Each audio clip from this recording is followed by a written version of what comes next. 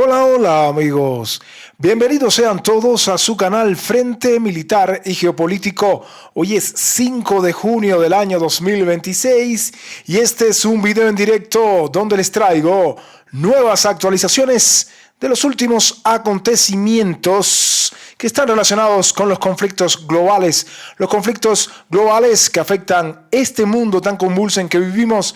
Por supuesto, enfocándonos en lo que es relacionado al conflicto que se desarrolla en Europa, en el territorio ucraniano, que enfrenta a Rusia contra la OTAN, pero en el territorio de Ucrania, y también el conflicto en Oriente Medio que enfrenta a Irán contra la coalición de los Estados Unidos e Israel, y también podríamos incluir algunos países del Golfo.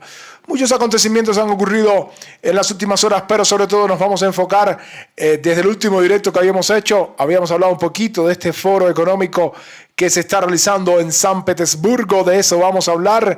Vamos a hablar de las declaraciones de Vladimir Putin. Muy importantes declaraciones que ha dicho en las últimas horas. También, por supuesto, la famosa carta escrita por Volodymyr Zelensky a Vladimir Putin. Y bueno, por supuesto, cómo Putin ha respondido también esta carta, prácticamente rogando, ¿no?, el alto al fuego Zelensky, pero Putin le ha negado esta posibilidad. De verdad, mientras eso ocurre, el frente se sigue moviendo. Se ha dado un suceso importante en Rumanía con estos drones navales ucranianos que han impactado en estos puertos en Constanza de manera general. Y bueno, con respecto al conflicto en Oriente Medio, han existido unas fuertes declaraciones hoy del asesor del líder supremo iraní, Mojtaba Khamenei, en este caso Rezaei, que ha dicho un montón de declaraciones importantísimas. Vamos a estar, por supuesto, hablando de eso, donde amenaza incluso con que si la guerra en Medio Oriente continúa, Irán no solamente va a cerrar el estrecho de Hormuz, sino también el estrecho de Bab el-Mandeb, y también va a cerrar o va a llevar la guerra al Océano Índico y también al Mar Mediterráneo y al Mar Rojo. Así que imagínense cómo está todo, queridos amigos. El mundo sigue teniendo muchas situaciones de guerra, pero vamos a comenzar sobre todo con lo que está pasando en este conflicto. Pero antes de comenzar, quiero saludar a todas las personas que me escuchan desde cualquier parte del mundo, en especial a los amigos suscriptores de nuestro canal, a los miembros de nuestro canal y también a los moderadores de nuestro canal. Les mando un saludo a todos. Gracias a todos por participar en este programa. Gracias a todos los que se van sumando al chat. Y bueno, vamos ya a comenzar. Nos vamos directamente a San Petersburgo, aquí donde se estuvo desarrollando desde el día 3 hasta el día 5 el foro económico en San Petersburgo, Rusia, donde todos esperaban las declaraciones del presidente de Rusia. Dio varias declaraciones ayer importantes, hoy siguió con otras. Vamos a estar hablando de varios temas. El presidente Putin habló de temas geopolíticos, también del Oreshnik.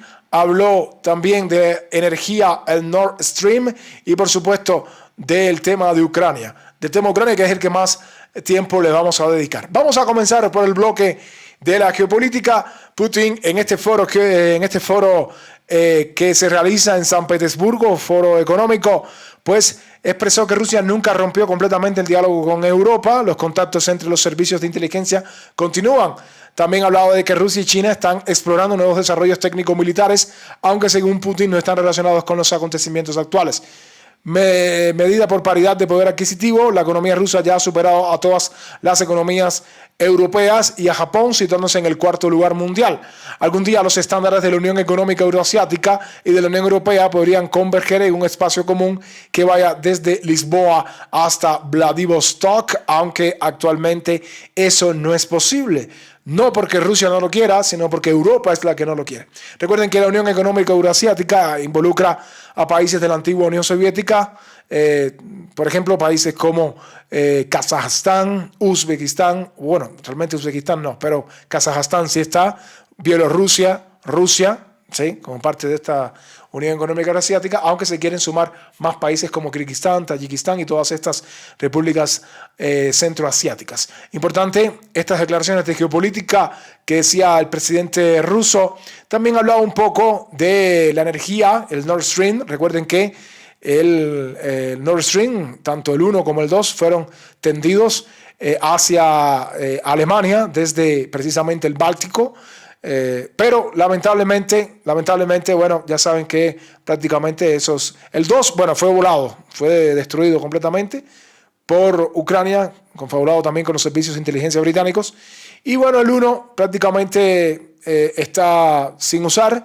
La línea restante del gasoducto Nord Stream solo necesita que se pulse un botón para entrar en funcionamiento, pero requiere una decisión política del gobierno alemán.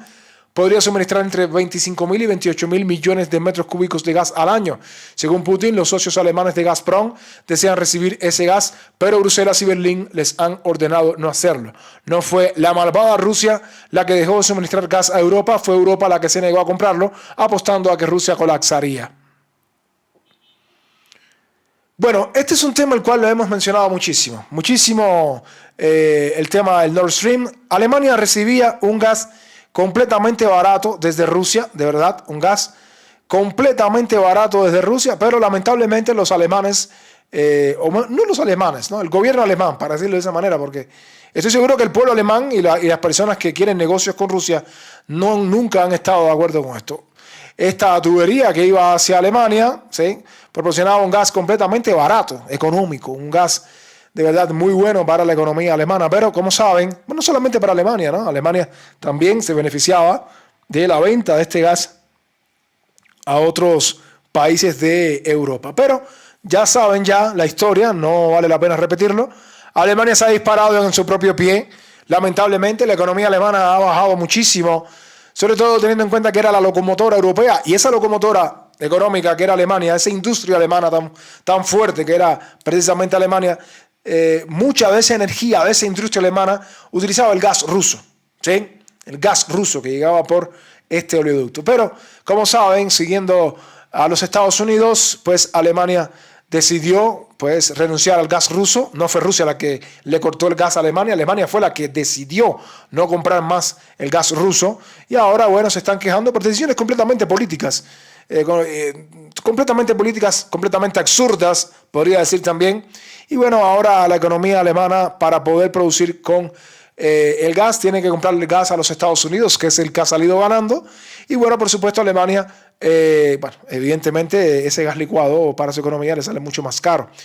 Es así, parece increíble, pero es cierto, ¿quién lo iba a decir? Pero esa es la realidad del mundo, sobre todo en Europa, de la manera en que se vive con estos líderes, que por eso digo que son pseudo líderes, porque prefieren poner condiciones políticas o globalistas, para llamarlo de alguna manera, por encima de los intereses de su propio pueblo.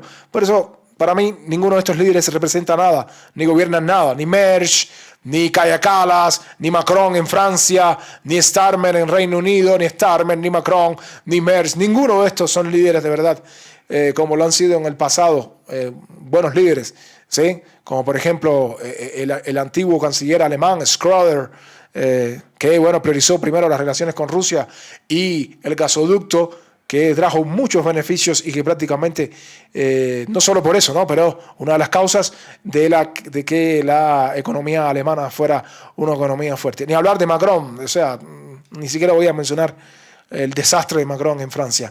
Bien, esto es con respecto al Nord Stream, pero también Putin hablaba sobre el misil Oreshnik en palabras que también sonaron mucho, diciendo que Rusia no había realizado el uso de combate completo del misil Oreshnik, que el ataque contra Ucrania impactó en un cobertizo con el fin de observar las submuniciones, pero lo que más llamó la atención y más alarmó a muchas personas fue que Putin no descartó futuros ataques a gran escala con misiles Oreshnik contra objetivos que podían incluir áreas urbanas. Aquí sí, ya estos son palabras mayores. Imagínense que Ucrania, bueno, con los sistemas de defensa aéreas que tiene, no es capaz de derribar estos Oreshnik. Imagínense si van con cargas. Si ya este Oreshnik va con cargas, ahí sí ya es imposible, ¿no? Imparable el Oreshnik. Bueno, el Oreshnik es imparable. Lo que quiero decir es el daño que puede causar con estas cargas explosivas si estuvieran de verdad cargadas.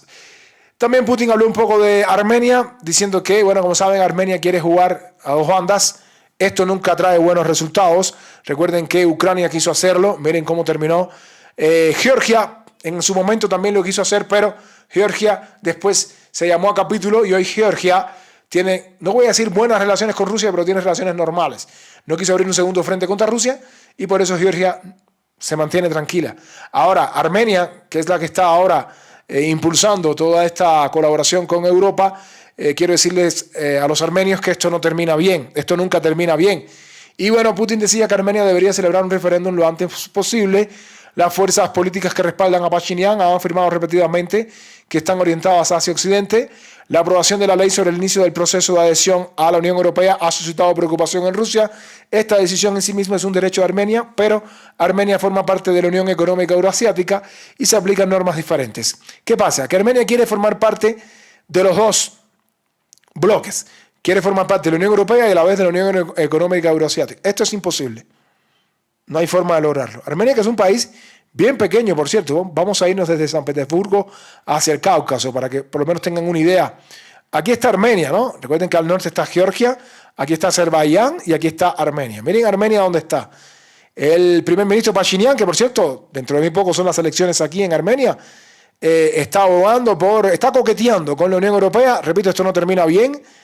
No termina bien, la verdad, pero bueno, en definitiva, es una decisión del pueblo armenio. Por eso Putin decía que debe ser sometido a referéndum. De eso hablaba el presidente de la Federación Rusa. Regresamos de nuevo a San Petersburgo y vamos a leerles algunas declaraciones que sí comenzó a hablar Putin ayer sobre la guerra en Ucrania, expresando lo que ya hemos dicho anteriormente. Hay muchos que dicen que Putin, o sea, que la guerra debería parar en la línea del frente actual. Eso es imposible. Putin expresa que controlar todo el Donbass y alcanzar un acuerdo no son objetivos mutuamente excluyentes. Es decir, se puede seguir la guerra para controlar el Donbass y al mismo tiempo negociar. No hay que parar la guerra para negociar. No es necesario un alto al fuego para iniciar negociaciones. Es mejor poner fin a la guerra por completo que simplemente suspender las hostilidades.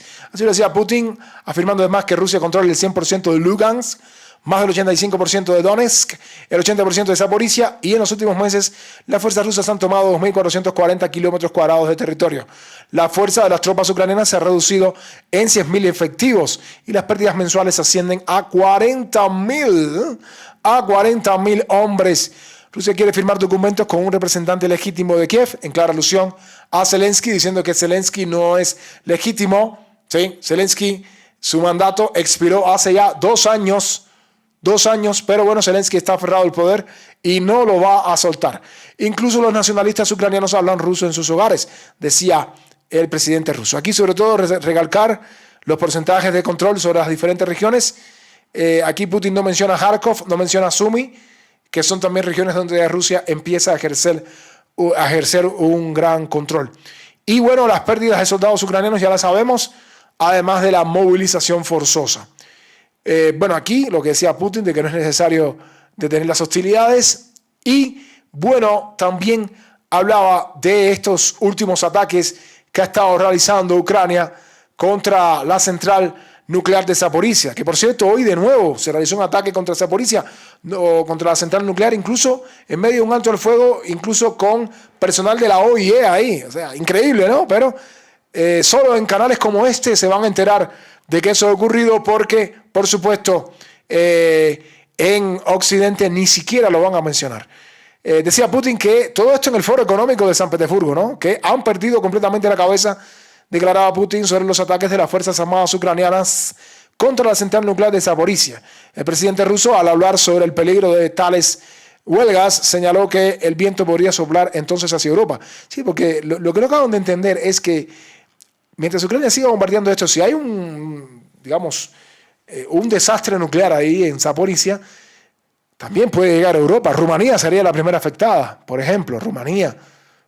Bueno, imagínense, ¿no? Aquí se encuentra la central nuclear de Zaporizhia, que como saben está bajo control ruso. Aquí se encuentra en Energodar, ¿sí? Básicamente en esta zona. Nuevamente ha sido atacada. Aquí es donde está la central nuclear, Energodar, aquí está. Imagínense, ¿no? Si el viento sopla hacia el oeste, miren cuántos países se verían afectados. Además de la propia Ucrania, para empezar. Moldavia, Rumanía, Bulgaria, Grecia. Miren cuántos países, hasta dónde puede llegar toda esta nube radioactiva o como se quiera ver, ¿no? Pero bueno, siguen jugando con fuego y Europa no menciona nada de esto. Es como un perro sin bozal. No le ponen el bozal a Ucrania y bueno, entonces ahí está. Bueno, también decía que es necesario derribar los drones ucranianos y esto debe hacerse con mayor eficacia. Drones ucranianos atacaron el puerto carbonero de San Petersburgo, logrando únicamente repercusión mediática. Rusia fabrica drones en su propia base, según sus propios criterios, a diferencia de Ucrania. Y además Rusia está desarrollando el uso de la inteligencia artificial en el campo de los vehículos aéreos no tripulados, al igual que Estados Unidos y Europa. Sobre todo con respecto a este particular, hay que entender que sí, Rusia es autosuficiente, tiene su propia producción. La guerra va a terminar en algún momento, tal vez no en este año 2026, tal vez en el 2027. En algún momento va a acabar. Pero es importante y válido tener en cuenta que sí, Rusia se va haciendo más fuerte, tiene su propio Starlink, ya está desarrollando su propia IA para los vehículos aéreos no tripulados, no tiene que depender para nada de los Estados Unidos y de Europa, a diferencia de Ucrania, que sí depende de ambos bloques. Bueno, de Estados Unidos y de Europa como bloque. Ahora, en medio de todo esto, Zelensky escribió una famosa carta que se escribió ayer, en medio de todo el foro de San Petersburgo, para llamar la atención sobre todo, y le proponía una reunión personal al presidente de la Federación Rusa. En la carta, Zelensky afirmaba que Ucrania estaba dispuesta a un alto al fuego completo durante las negociaciones, así como un intercambio de prisioneros de guerra, según la fórmula todos por todos. En su opinión, las negociaciones deberían contar con la participación de Estados Unidos y los países europeos. ¿Sí? Mencionó a Suiza, a Turquía y al mundo árabe como posibles sedes para la reunión. Ucrania presentará oficialmente la carta a Putin por vía diplomática, según declaró el ministro de Asuntos Exteriores ucraniano. Ahora, importante tener en cuenta que también en esta carta Zelensky dijo varias cosas un poco ofensivas contra el presidente de la Federación Rusa. Es una carta bien larga, no la voy a leer completa, aquí tenemos un resumen, pero quiero tocar un par de puntos importantes que decía Zelensky. Por ejemplo, en medio de esta carta, un señor que supuestamente quiere negociar dijo cosas como estas. Después de 26 años, la vejez comienza a pasar factura, diciendo que Putin llevaba 26 años en el poder y que ya como que estaba viejo, ¿no? Y que la vejez comenzaba a pasar factura y que cuanto más durara esto, mayor sería la fatiga para Putin. ¿Sí? Como llamándole ya anciano al presidente de la Federación Rusa. Pero además, Zelensky, como parte de esta carta, que repito, no voy a leer completa porque no vale la pena, la tengo, pero no la voy a leer completa, además la hemos reposteado en nuestro canal de Telegram.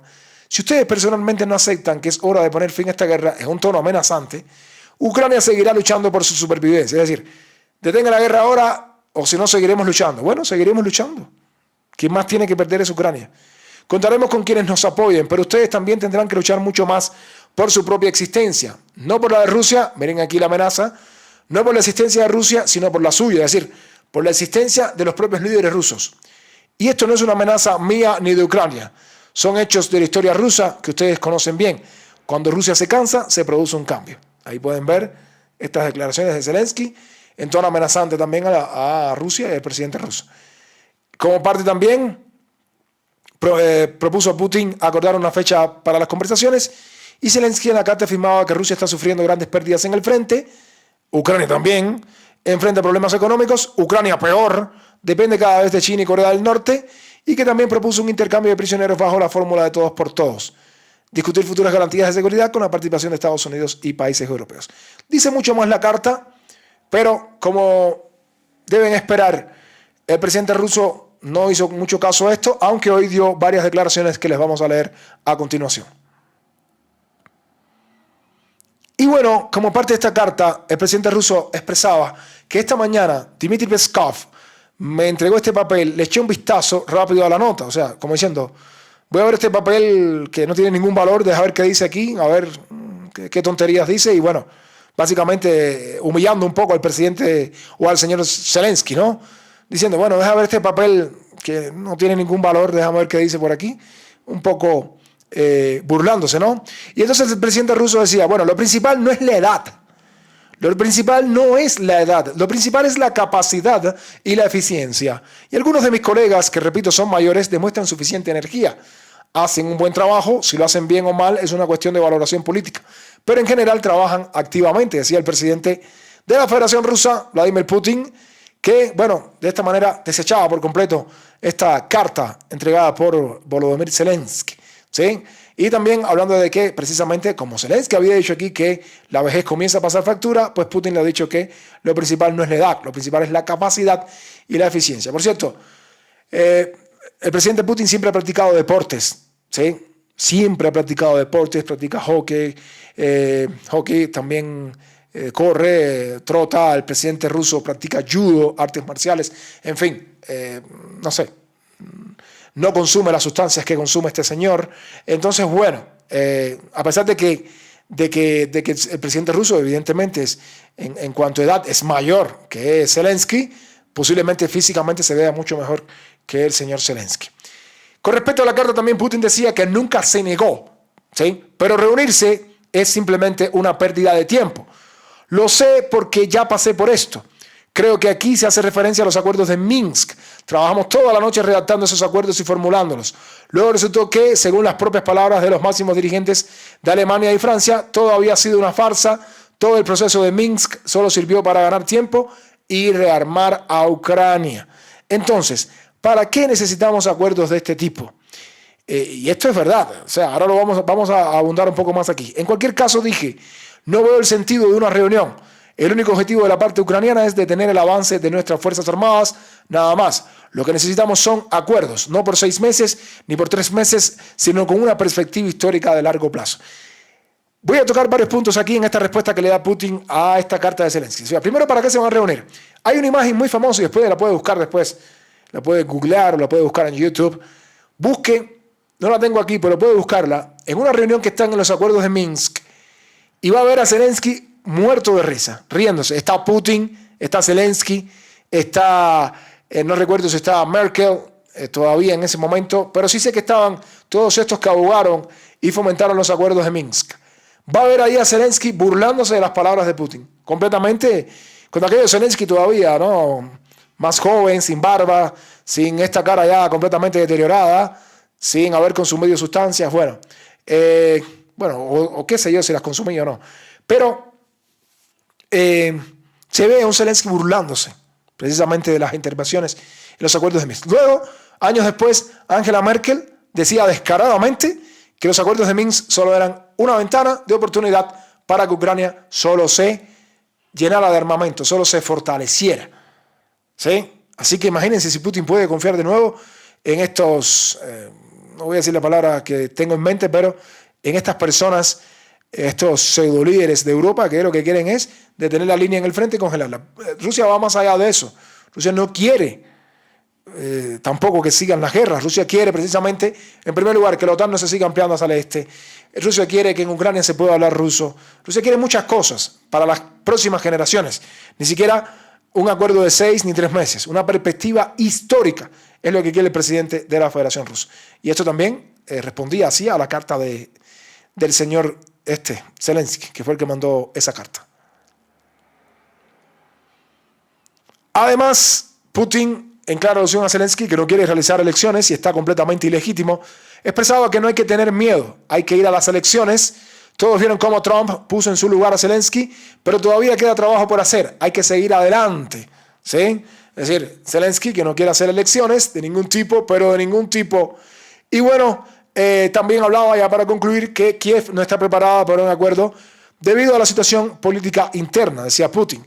Los círculos gobernantes de Kiev no están interesados en un verdadero fin de los combates porque no tendrían buenas perspectivas de conservar el poder. Rusia no se opone a que Ucrania se convierta en miembro asociado de la Unión Europea, pero sí se opone a que la Unión Europea se convierta en un bloque militar. La Unión Europea sabe que se necesitarán cientos de miles de millones de euros para reconstruir Ucrania. No. Cientos de miles de millones de euros durante mucho tiempo. La Unión Europea podría desempeñar un papel positivo, no suministrando armas, sino intentando persuadir a Kiev para que haga las concesiones que se discutieron en Anchorage, discusiones y concesiones que, al parecer, queridos amigos, no van a cumplirse, al menos en una gran parte del tiempo. Y por último, Putin concluye diciendo: a trabajar, hermanos, pidió Putin a los soldados rusos para que transmitieran a toda Rusia una respuesta a la carta de Zelensky. Esto, más bien diciendo, no hay más que hablar, la guerra va a seguir. Y trabajar, hermanos, es una forma de decirle a los soldados rusos que la guerra continúa y la operación militar especial va a continuar. Esta carta contiene elementos de descortesía, ya para terminar. ¿Qué significa esto? ¿Es una forma de propiciar reuniones y negociaciones personales?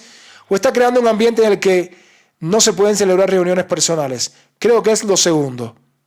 Así pues, debemos dirigirnos no a los autores de la carta, sino a nuestros soldados en el frente. Y dirigiéndome a ellos, quiero decirles, camaradas, todo el país los observa. Sigan trabajando, hermanos. Así lo decía el presidente Putin. Camaradas, todo el país os observa. Seguid trabajando, hermanos. Es una forma de decirle a los soldados que esta guerra va a continuar. Después vamos a ver las declaraciones de Zelensky con respecto a esto, pero antes de seguir, queríamos decirles, queridos amigos, que no olviden dejar su like.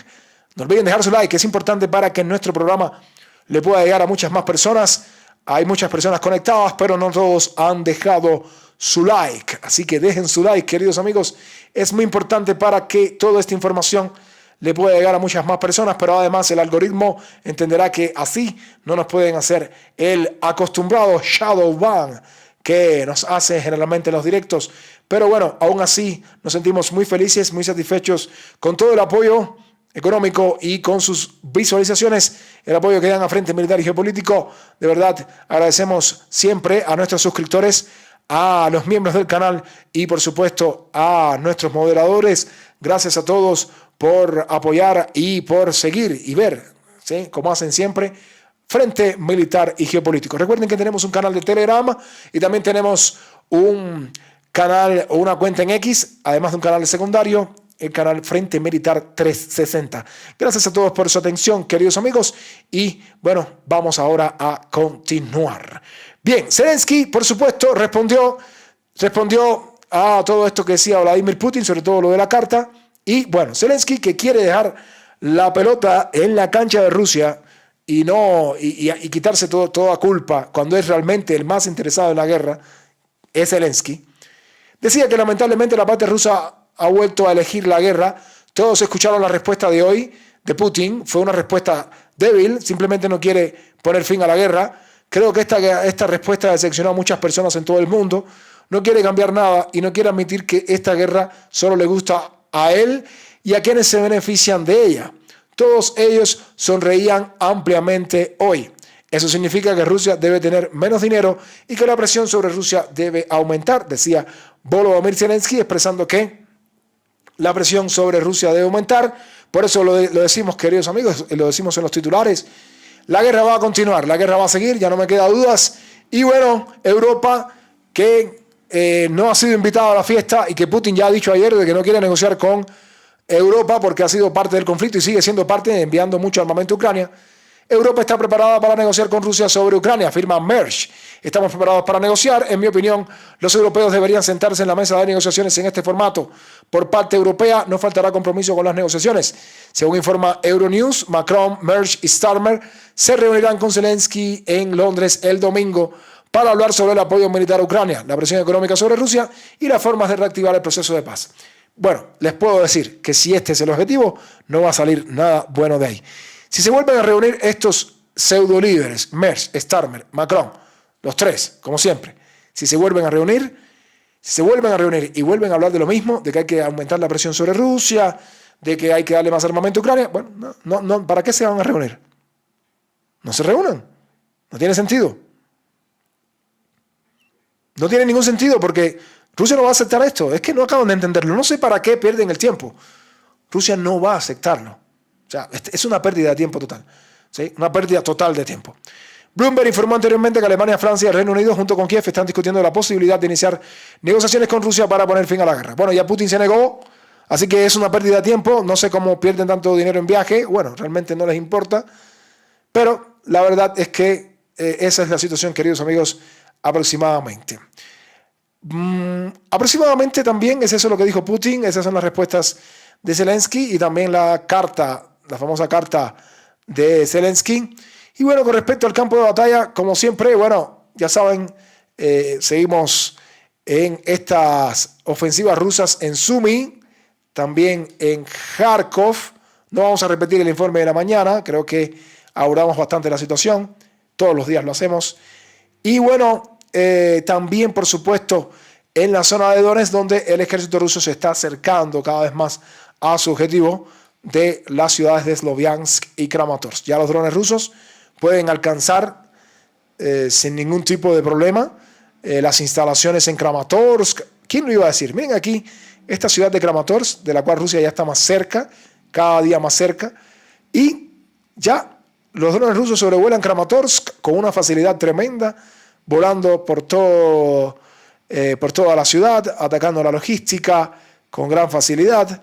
Es decir, ya Rusia tiene control de esta zona. Y hoy había una noticia incluso que decía que ya la artillería rusa puede llegar a Kramatorsk, ¿sí? Y ya podemos verlo aquí. Es decir, ya la artillería rusa desde estas posiciones puede llegar a Kramatorsk y atacar objetivos, como pueden ver aquí en estas imágenes. Es decir, si antes esto era imposible verlo, hoy ya podemos ver cómo el trabajo artillero ruso comienza a sonar sobre Kramatorsk. La artillería rusa comienza a atacar importantes posiciones ucranianas en Kramatorsk, así que ahí lo pueden ver. Comienza ya la artillería rusa a alcanzar, están a tiro, se puede decir. Así que, como decía Putin, ¿por qué vamos a detener la guerra si solo nos queda controlar el 15% de Donetsk y de todo el Donbass? ¿Por qué deberíamos detener la guerra si vamos a seguir? Y bueno, lo que saben ya de la situación en Konstantinovka, donde la situación está cada vez más crítica. El mando ucraniano ha abandonado a sus soldados. Los soldados del sur en Konstantinovka están completamente aislados. Es posible que... Hay noticias por ahí, todavía no podemos confirmarlas, pero hay muchas noticias por ahí que hablan de que estas tropas al sur ya se estarían comenzando a rendir en la zona sur de Konstantinovka. Estaría por confirmar. Ahora, si las tropas del sur están sufriendo bastante, las del norte también, porque lo que está cayendo sobre esas tropas es las FAB, que están triturando completamente, triturando al ejército ucraniano. Aquí vemos imágenes de una FAB 3000 que ha destruido por completo esa posición ucraniana. Todo eso en Konstantinovka, ¿no? Pero bueno, es cuestión de tiempo de que caiga la gran ciudad de Konstantinovka, que como decíamos hoy en el artículo que leíamos de Resident, ahí se define el destino del Donbass hacia las demás fortalezas. Por demás, continúan los ataques, la ofensiva rusa en Zaporizhia, tratando de avanzar hacia la zona del este de la ciudad de Orikhiv. En esta dirección están tratando de avanzar las tropas rusas en esta dirección. Y bueno, recuerden que hoy también drones ucranianos navales que siguen golpeando a la OTAN. O sea, la OTAN no declara el artículo 5 contra Ucrania, no sé ni cómo, porque Ucrania los está golpeando bastante, ¿no? Y hoy las imágenes que llegaban de los drones navales ucranianos que aparecieron en Constanza, ¿no? Y que fueron volados ahí en este puerto, ¿no? De Rumanía, país de la OTAN, que, bueno, el artículo 5 parece que es solo en papel, porque no han declarado el artículo 5 ni siquiera contra Rusia, ¿no? Sino contra Ucrania, deberían declararlo, porque tenemos varias imágenes ya de varios sucesos, eventos, donde los puertos en Rumanía o los aeropuertos, los edificios son golpeados, ya sea por drones aéreos o navales como este. Ahí se puede ver, ¿sí? Básicamente, esa es la situación. Y, bueno, la situación también que tiene que ver con todo este conflicto en Ucrania, conflicto entre Rusia y la OTAN.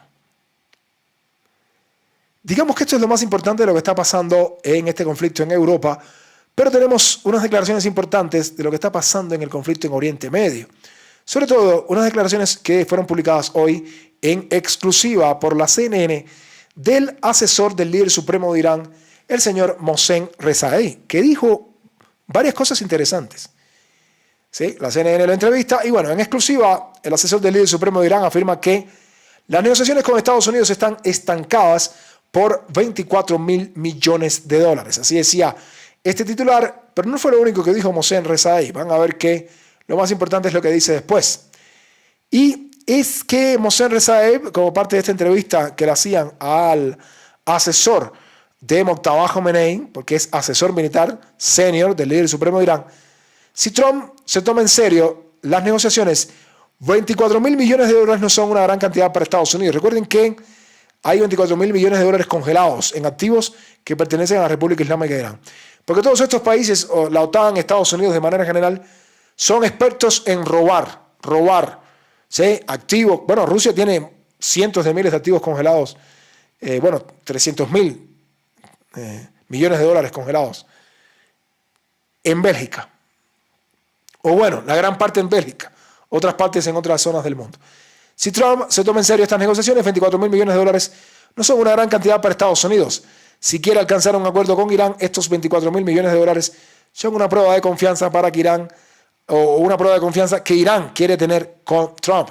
Esta es una prueba que Estados Unidos debe superar y entonces el camino quedará abierto. Este es nuestro propio dinero, no es dinero de Estados Unidos. Y es real, queridos amigos, es el dinero de Irán. Es el dinero de la República Islámica de Irán, no es el dinero de los Estados Unidos. Así que esto, ya saben que Irán está haciendo mucha presión para que se pueda, ¿no?, de alguna manera tomar en serio esto y bueno, que puedan devolverle ese dinero como una condición primaria, indispensable para seguir con las negociaciones.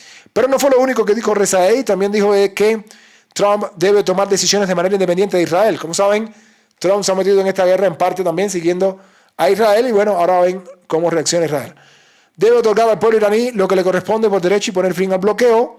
Debe liberar nuestros activos. Eso podría abrir una nueva perspectiva para el futuro de Irán y Estados Unidos. Trump debe dejar de lado sus intereses personales y pensar en los intereses del pueblo estadounidense. Si Trump tiene el coraje para hacerlo, muchos problemas podrán resolverse en el futuro, decía a CNN el señor Rezai.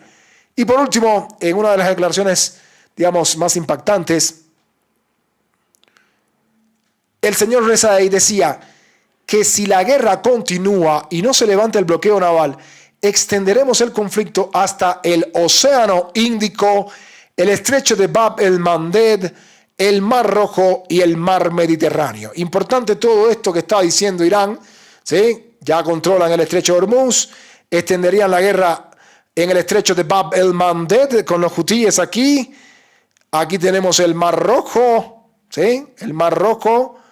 Un poco más al norte el Mar Mediterráneo, ahí lo pueden ver, ¿sí? Mar Mediterráneo, ahí está el mar que divide a África de Europa, de toda esta zona. El Mar Rojo ya lo vimos, el estrecho de Bab el-Mandeb, el Golfo Pérsico, el estrecho de Hormuz ya lo controlan y por supuesto el Océano Índico. Miren todo el alcance que podría tener y cómo lo está ya advirtiendo, porque no es una amenaza, es solo una advertencia que hace Rezai, ¿sí? El señor Mohsen Rezai. Por cierto, también decía que daremos una nueva dimensión a la guerra atacando otras bases de los Estados Unidos. Estados Unidos sufrirá sin duda pérdidas mucho mayores. Las pérdidas estadounidenses serán muy graves, decía el señor Rezai, claramente de que Irán está dispuesto a continuar la guerra y Estados Unidos cada vez más me doy cuenta, queridos amigos, que se ha metido en un lío tan grande que no saben cómo salirse. No saben cómo salirse. Hoy incluso se reportaba que Irán había lanzado ataques con drones a embarcaciones que querían violar la zona que controla Irán del estrecho de Hormuz, querían violar, digamos, las restricciones impuestas por Irán. La situación de verdad es cada vez más compleja, pero la verdad es que Irán no se rinde, sigue mostrando de verdad un coraje tremendo. Han derrotado a los Estados Unidos y bueno, el presidente de los Estados Unidos también daba varias declaraciones hoy en una entrevista expresando que Irán no ha aceptado un acuerdo con Estados Unidos porque sus líderes son fuertes y orgullosos, añadiendo que no tienen otra opción. Bueno, por suerte son fuertes y orgullosos. Si no lo fueran, ya Irán hubiera sido borrado de la faz de la tierra y Estados Unidos hubiera tomado la isla de Kar, hubiera controlado el estrecho de Hormuz, pero no. Para nada. No lo han hecho. No han podido con Irán. Han sido derrotados contundentemente por la República Islámica de Irán. ¿Sí? Es una derrota que está sufriendo la coalición occidental. Al mismo tiempo son derrotados en Irán, de la misma manera que son derrotados en Ucrania. ¿Sí? Por eso hablamos siempre de estos dos conflictos, porque están muy conectados.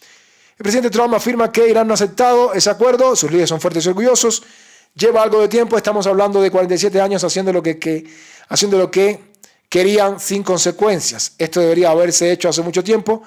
Debería haberlo hecho algún otro presidente o algún otro país, pero bueno, decidiste hacerlo tú, señor Trump, y te ha salido bastante mal.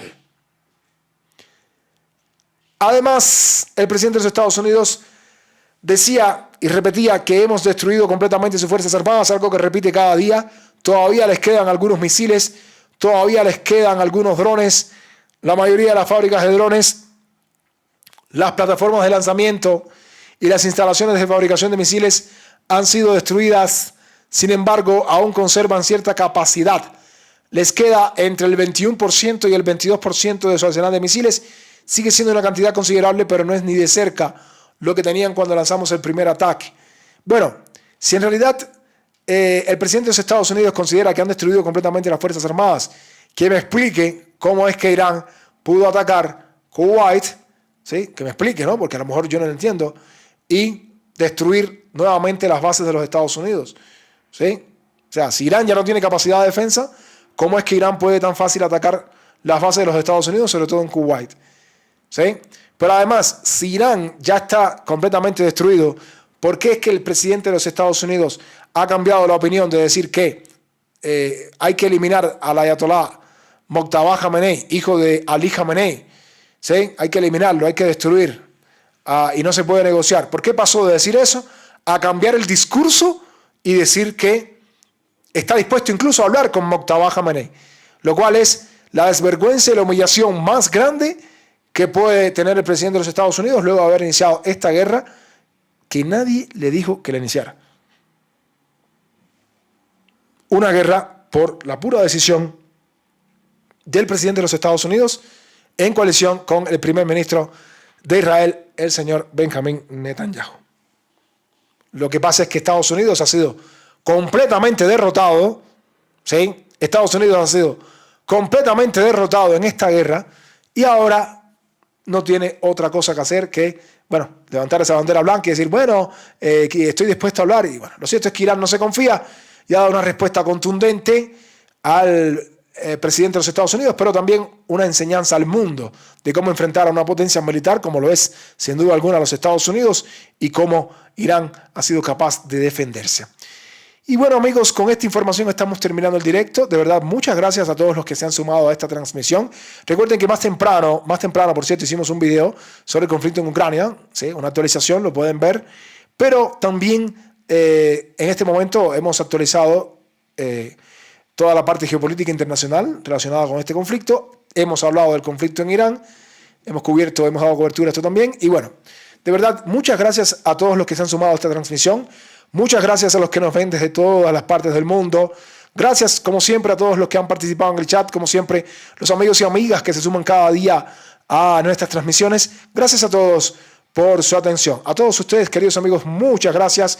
No olviden dejar su like, no olviden comentar y no olviden suscribirse a Frente Militar y Geopolítico para que de esta manera lleguen las notificaciones de los videos que subimos diariamente. Muchas gracias nuevamente y que Dios los bendiga a todos. Nos vemos en un próximo programa.